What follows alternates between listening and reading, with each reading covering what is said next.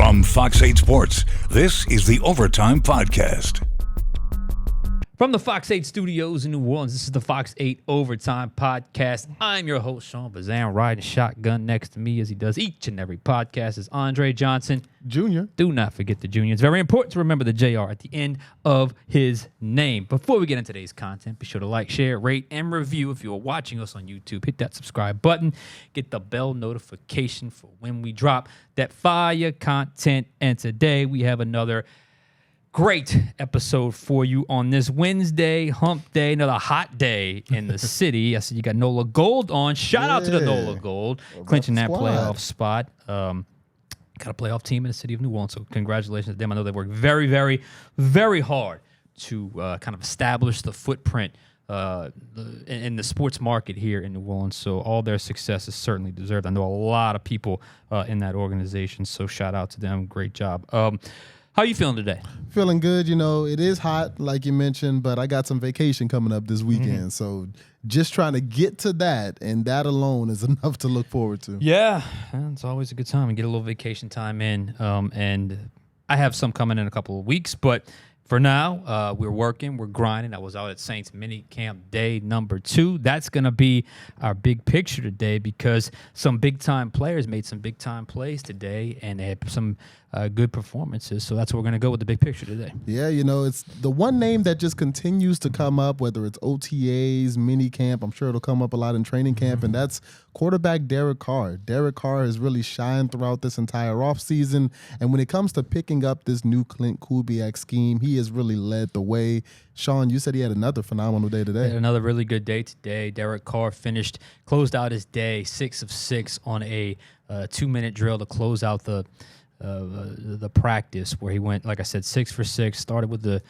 pass to Kamara, ended it with a wheel route touchdown pass to Kamara. So Derek Carr certainly has he's continued this consistency throughout the offseason program. I don't want to get too overly hyped up or overly. It's June. We understand it's June. You understand it's June. We all know it's June. And look, you do good in June, that's great, but it's got to translate obviously when it matters, when it counts, and everyone is in a show me when it matters mood.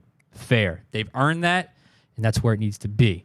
I'm just stating my highly informed opinion as someone that has watched all the practices we've been able to watch, which is now what we've watched 5. We'll be able to watch 6 total. Now, there have been 10 OTAs. We got to watch 3 of them, and obviously we will get to watch all 3 of the minicamp practices. And I am just saying this as someone that's seen it all, charted everything down, and watched and just kind of observed. Derek Carr has been the best player on the field for the Saints this offseason. He has been. I don't think it's a stretch to say that. He is clearly connecting with this new Clint Kubiak system. There are obviously things both sides of the ball are working through, and what you are in June is not what you're ultimately going to be, and everyone understands that. So I think even Derek Carr understands that. But better have him look good right now than look bad right now, and we're talking about what is going on with Derek Carr. It's not the case. He's been on point. He seems to have connected with the system. He seems to know what to go with the football. He's accurate. He's decisive. He's in a good place. We've talked about his body language a lot. We've talked about his sort of his banter and his interaction with his teammates. 1 year after, there was a lot of interaction with teammates in a bad way, which we all saw a lot of those blow-ups. And last year during this time, he was still trying to play catch-up. I've said he has looked comfortable as a person, as a football player, as a member of the New Orleans Saints. But as the quarterback of the New Orleans Saints of the Clint Kubiak run system through 4 weeks, 5 practices that we've been able to see, I just think I'm stating a fair point, and that is Derek Carr, to me, has been the most consistent and best football player on the field for the Saints that we have seen throughout the entirety of the offseason program. Like I said today, finished 6 of 6 with a touchdown through a wheel route to Alvin Kamara. We'll get to Alvin in a little bit because talked about him a lot yesterday. I think he's catching up. And then earlier in practice in 7-on-7, he was 5 of 6 through a dime to Chris Olave on the skinny post. During the first team period, they didn't have as much success, but overall, I thought Derek Carr had a phenomenal day, and I think Derek Carr has had a really good offseason program. He's looked really sharp, and what would you rather have him look bad right now? Yeah. So we all know, keep it in perspective, because it's June, and everyone is in that mode of, okay, yeah, let's just wait till the regular season starts. It's gotta matter when it matters. That's the only reason. That's when I'll get excited about it. Totally fair, and I'm right there with you because I'm staying level-headed about it. But when I get asked questions about what I've seen from the Saints, what I've seen, what's new, what looks good, who looks bad, whatever the case may be, I'm just calling it like I see it. And to me, if I were ranking them right now, Derek Carr would be number 1 and probably Chris Olave number 2 right now in terms of who's had the most consistent, most complete, and probably best offseason program for the Saints. Right, and when Dennis Allen spoke after practice, he said, quote, every day he's looking more comfortable when he was talking about Derek Carr. And that's exactly what you want to see at this point. And I'm interested to see, I believe we get to talk to Clint Kubiak tomorrow for the first time since he got hired, plus Derek Carr. So I'm interested to see what the two of them will say about how everybody's kind of picking up this new system. But it's intriguing when you look at not just the Saints, but the NFC South as a whole. You know, the entire NFC South is pretty much learning a new offense right now. That's true, yeah. The Saints, obviously, Clint Kubiak, you've got the new offensive coordinator coming in, but Atlanta also has a new OC, Zach Robinson from the Los Angeles Rams, a guy who... He was a name involved in the Saints search. Yeah, kind of learned in that Sean McVay system, and we know how successful that's been for the Rams. And speaking of the Rams, in Tampa Bay, you've got Liam Cohen, a guy who came from the University of Kentucky, but in 2022, he was also with the Rams, learning under Sean McVay. Then in Carolina, you've got Dave Canales and you've got Brad Idzik. Dave Canales being the offensive coordinator in Tampa last year. He's their new head coach.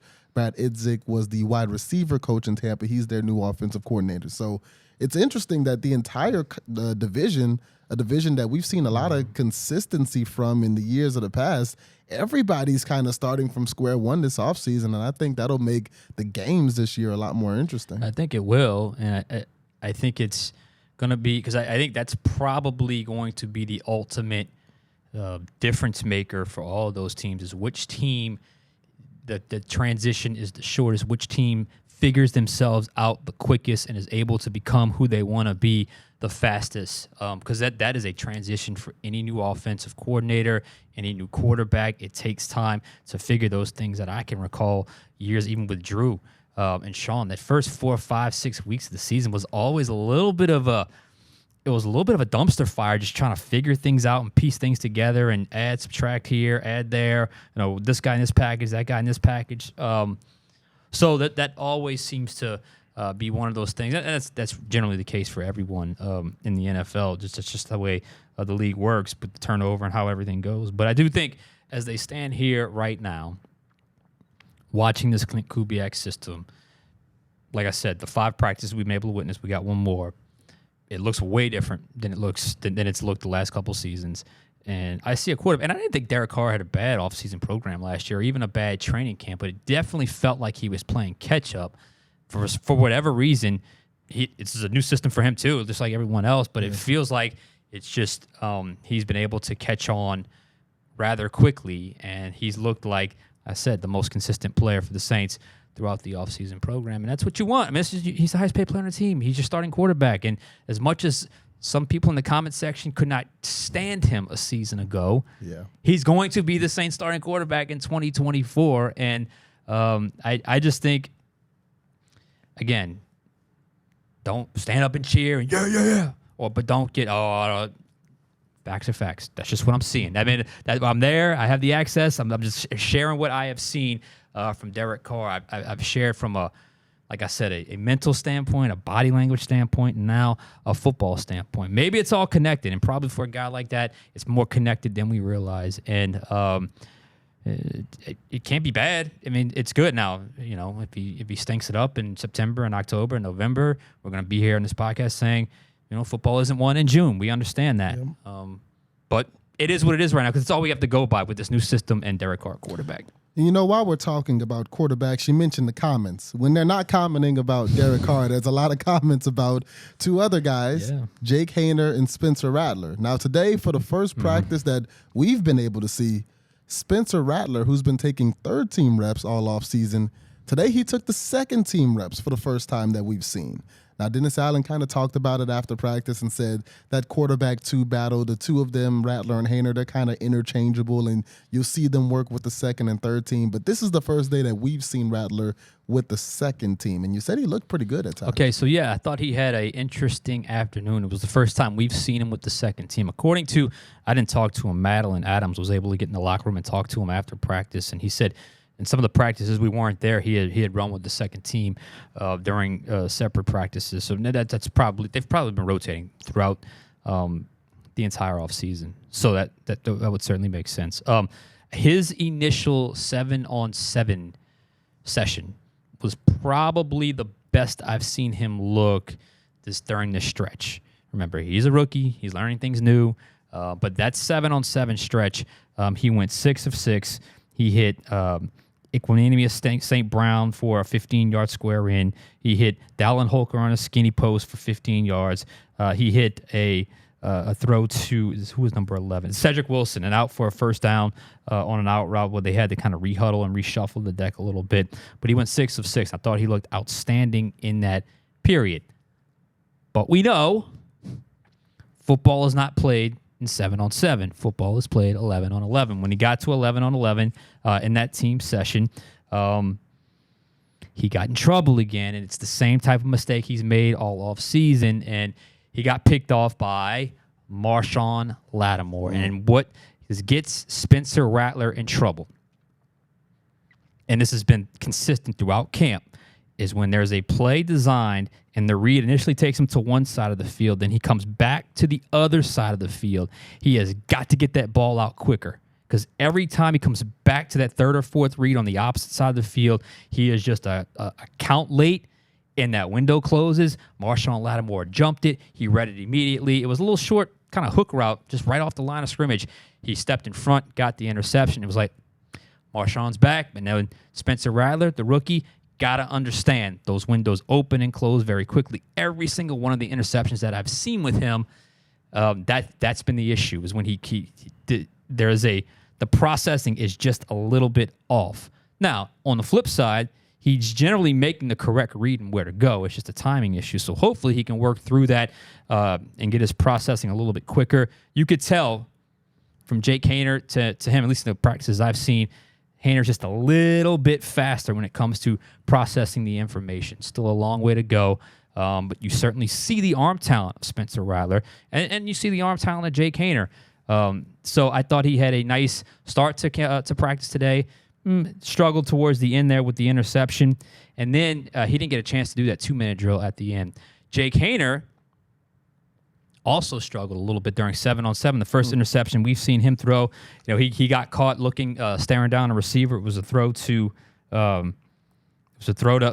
Holker on kind of a skinny post. Millard Bradford, again, number 38, was able to step in front and pick the ball off for his first interception, for Haener's first interception of the offseason. I think it's Bradford's third interception in the practices that we've been able to witness. Again, during 7-on-7, obviously it's not the team situation, but still, look, we're going to count it for one, we're going to count it for the other. When he got to team, he only had one little throw on a short hook to Cedric Wilson. There was a lot of running plays when he was back on the field. He got sacked once on a bootleg play where the receiver wasn't able to break open. So, look, I thought Derek Carr really stood out today. Spencer Rattler did some good things, did some bad things. Haener, look, he's been really good in the practices we've been able to see, but today was probably one of his weaker practices. He didn't do as much, at least through the air, that we were able to see today. So, look, this battle is going to keep going, and we're going to keep talking about it because it's going to be one of the most fun battles to watch throughout camp, because the right to be QB2 is a big title to fill, and I don't know that there's a favorite right now, and I don't think they want to name a favorite until they get into the preseason, into the regular season. Right, and it's important to note, we've seen, or the media as a whole has seen 5 practices. The Saints have had 12, not counting rookie camp. So in those 7 practices that the media haven't been allowed at, it's very possible that Spencer Rattler was maybe outperforming Jake Haener. He had to do something to give the team enough confidence in him to even let him run with the 2. So that's to be, said, and we'll see how that goes from now on, because obviously we get to go to all 3 mini camps, and you guys are going to be at every day of training camp next month. But, Jake Haener, Spencer Rattler, we pinpointed that as one of the best 3 battles on this roster right now. And being able to see Spencer Rattler with the twos, that's only going to help him because that means you're working with what's considered a higher level of talent if you're Spencer Rattler. Yeah, I would say. And look, Lattimore picked him off. Yeah. It wasn't the third-team corner. It was the first-team corner. It was a premier cornerback in the NFL who, when he's at his best, is top 3, top 5 cornerback in the NFL. So, look, of the practices, let's just be fair. Of the practices we've seen, Haener. I think Haener has had the better offseason. Okay? Maybe that's different in the practices we haven't seen. So, in my eyes, Haener might be a little bit ahead, but they are still so much more to get to. And it's almost like they end this offseason program, they get to training camp, and they reinstall everything all over again, and they just kind of go through that process all over again. And I honestly think, truthfully, the preseason games are going to be the thing that really determines who ultimately wins that battle out for QB2 behind Derek Carr. But I don't think there's any dispute over who QB1 is and who that quarterback has been, in my opinion. As we said earlier, the most consistent, probably the best player on the field for the Saints' entire offseason program. Right. And, to your preseason point, last year, take it back to last year, it was looking like Jake Haener and Jameis Winston was about neck and neck if you were just going off of training camp and mini camp practices. But when preseason came, Jameis Winston set himself apart, and I believe that's what we'll see when these preseason games roll around. We'll see a lot of Haener, we'll see a lot of Rattler, and I believe that's when one of them will really state their claim for that QB2 job. But earlier you named 2 names, and it's the 2 names that we started to show off yesterday talking about, and that was Alvin Kamara and Marshon Lattimore. Alvin Kamara only got 2 carries in the team portion of yesterday's practice. Today it seems he was a lot more active. He's catching up. He's catching up. You asked me yesterday, what are you looking forward to seeing? I said, I want to see more reps for Alvin Kamara. You got him. You got him today. I'll just go through some of the stuff that I saw. He had an outside zone run during the team session for about a 7-yard gain. He had another toss right play during a team session for a 3 or 4-yard gain. Just a side note. I don't know if it's a mini camp thing. I don't know if it's a new coaching thing, but they blow the whistle dead much quicker in running plays now than they ever did in years past. It's just something that I noticed over the last couple of practices. During 7-on-7, he caught a little flat route from Derek Carr on the second play of the 7-on-7 session. Then things got real in the final period of camp, of practice today. They opened it with a beautifully designed screenplay to Alvin Kamara. He got about 18 to 20 yards off the screenplay. They looked to the right, came back to the left. He kind of snuck in between those linemen. Carr dropped it over him and was able to catch it. There was the Red Sea parted, if you will. There was a nice lane for him to run through. I charted it as an 18-yard gain. Could have been longer, but it was a quintessential Alvin Kamara designed play. And again, they started that period off with minute 58 on the clock. I'm not sure how many timeouts there were, but it was a 2-minute drill to close out the end of the half or an end of a game. Then the final play of that period, of that drive, was a wheel route touchdown throw from Derek Carr to Alvin Kamara. I have been begging for the Alvin Kamara wheel route to return to this offense. Yep. I hope, if nothing else, Clint Kubiak, bring this back into my life, our lives, the Saints fans' lives, Alvin Kamara's life. Get the wheel route back into the formation. He scored a touchdown. Somehow he got matched up on Carl Granderson. It was a screw up by one of the defenders because obviously that's never supposed to happen. But caught it over the top, was able to run into the end zone for the touchdown, and then the 2-point conversion because they were doing something where they wanted to score and then go for 2 to give them a 3-point lead. Derek Carr was able to hit Rashid Shaheed, who was able to beat Marshon Lattimore on the left side for the 2-point conversion. So Alvin Kamara is catching up rather quickly. After 2 carries yesterday, he was on the field a lot more. He was much more productive today. 2 carries, 3 receptions if you count the 7-on-7. And just overall, just felt like he was much more involved in the practice today. Yeah, I was just excited to hear the wheel route because I got so tired of seeing him catch swing passes last year for 2-yard gains. So just knowing that they're starting to put some more of that stuff in and utilize a guy who's route running from that running back position is top 3 in the NFL. That's definitely exciting to hear. And Another name that you just spoke about when talking about how that team session went was Marshon Lattimore. He got that pick on Spencer Rattler. How was he looking today? He looked great. I mean, he got the interception. I didn't see him get beat much aside from that last 2-point conversion from Rashid Shaheed, who kind of ran kind of an inside-out route right over the goal line. Tough play for Lattimore to guard, obviously. But he was back getting the first-team reps on every team session. He was on the field getting first-team reps. He was even getting second-team reps. They were kind of catching him up with the rep count because, obviously, as I said, he picked off Spencer Rattler, who was running with the second team. He was on the field a lot today. They're getting him caught up, getting him back in football shape, I guess you could say. Looks like he's there. I mean, look, you follow the ball in these things, and he made one of the best plays of the entire offseason today when he was able to step in front of that Spencer Rattler throw and pick it off. And where I was standing, I was actually standing like behind the end zone looking forward. So the play, I was actually really see the play develop in front of me. And I mean, you can just see him lurking. And then the second he saw Rattler turn back to his left, boom, he took off. Rattler didn't see him, step right in front. It was an INT. It was fantastic to see from Marshon Lattimore. And my last question for you, really about Saints OTAs, and it's something we talked about yesterday a little bit. We talked about the O-line, and obviously you can really only tell so much right now because we're not in pads, but Dennis Allen opened up his press conference essentially today talking about Nick Saldiveri. And he admitted, he said it's hard to tell until they really get pads on, but when it comes to execution, knowing what to do, being in the right spots, and performing, Nick Saldiveri's done a really good job of that in these OTAs and minicamp practices. You guys did get to talk to Saldiveri and Fuaga.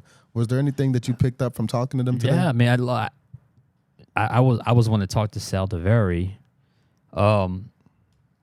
You know, he feels like he's in a good place. Feels like he's comfortable with what he's being asked to do. He's healthy, which I think is huge.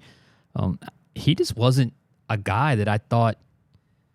I know we talked a little bit about a couple of the second-year guys, and I thought Saldiveri would be in the mix to possibly win that left guard spot. But unless there's a rotation that we're not seeing when we're not there, he's been the only one. The first practice we were out there, we saw Shane Lemieux for one team period, and the next team period we saw Nick Saldiveri. It's been Saldiveri ever since. So, look, I have no doubt they're going to do some mixing and matching and really trying to see some reps from certain guys and see how certain combinations fit as they get into training camp and into the pads. That's a given. That's going to happen. But I do think it's a check mark in his box that, that he can, be the left guard, and he hasn't rotated with anybody yet. I mean, I keep waiting for it. I really do. I've kept waiting for it to see if there's going to be anything from Lucas Patrick or Shane Lemieux or whoever, any of these guys. And it's been Nick Saldiveri. So I think he's appreciative of the opportunity. I think he wants to keep it, obviously, but I think he also understands it's not a finished product yet. And I think DA even alluded to it both yesterday and today that there's a strong chance that 5 is not going to be that exact 5 once the season starts. And I would think that's a smart move to keep that open minded. You don't just want to have it all penciled in right now and just go with that 5 until someone takes it. I think there's got to be kind of an open rotation, an open look, and an open sort of, I guess you call it experiment for those guys up front because it's too important. It's too important, and it's such a big question mark for the entirety of the entire team. And my last question on the way out, we've got the last mini camp practice coming up tomorrow. I know we'll have another podcast on that. What are you looking for to close out mini camp? I want to see Carr continue to shine. He's going to talk to us tomorrow. I want to see some of the bigger names continue to play well, like Kamara, Olave, Lattimore, Demario Davis. I mentioned Pete Werner yesterday. And just kind of, I'd like to see just where kind of close out on a high note because it has been a very interesting offseason. You've had some high-profile guys miss, but you've also had a lot of people attend.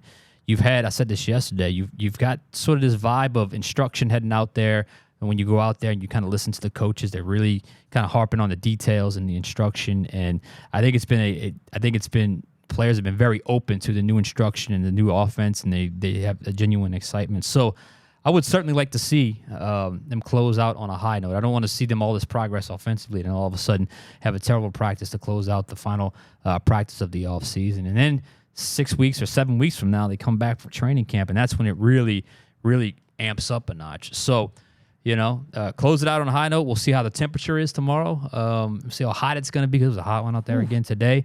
And like I said, just finish things off well, because it's going to get real here real soon. I'm excited. I finally get to go out there tomorrow. You go out there tomorrow? Yeah, I've been sitting back here watching through our cameras and listening to all the interviews after you guys shoot them, but I actually get out there tomorrow for the first time this offseason. So I'm excited to get out there, and it seems like a good day to go. I mean, we get to talk to Kubiak, we get to talk to Carr. A lot to look forward to. I should have mentioned that, because that's what I'm looking forward to the most. I hope we get a chance to really talk to Kubiak. I've only had a chance to, at the end of rookie minicamp, caught a little bit of his interview kind of in the group setting. Tomorrow he's supposed to come talk to us, maybe get a little more in depth with some of the stuff that he's seen over the last 5 weeks. I really would love to he's not going to reveal too much, but just get an idea of where he thinks that group currently stands, quarterback-wise, O-line-wise, running back-wise, and just how much progress he thinks that offense has truly made. Because, look,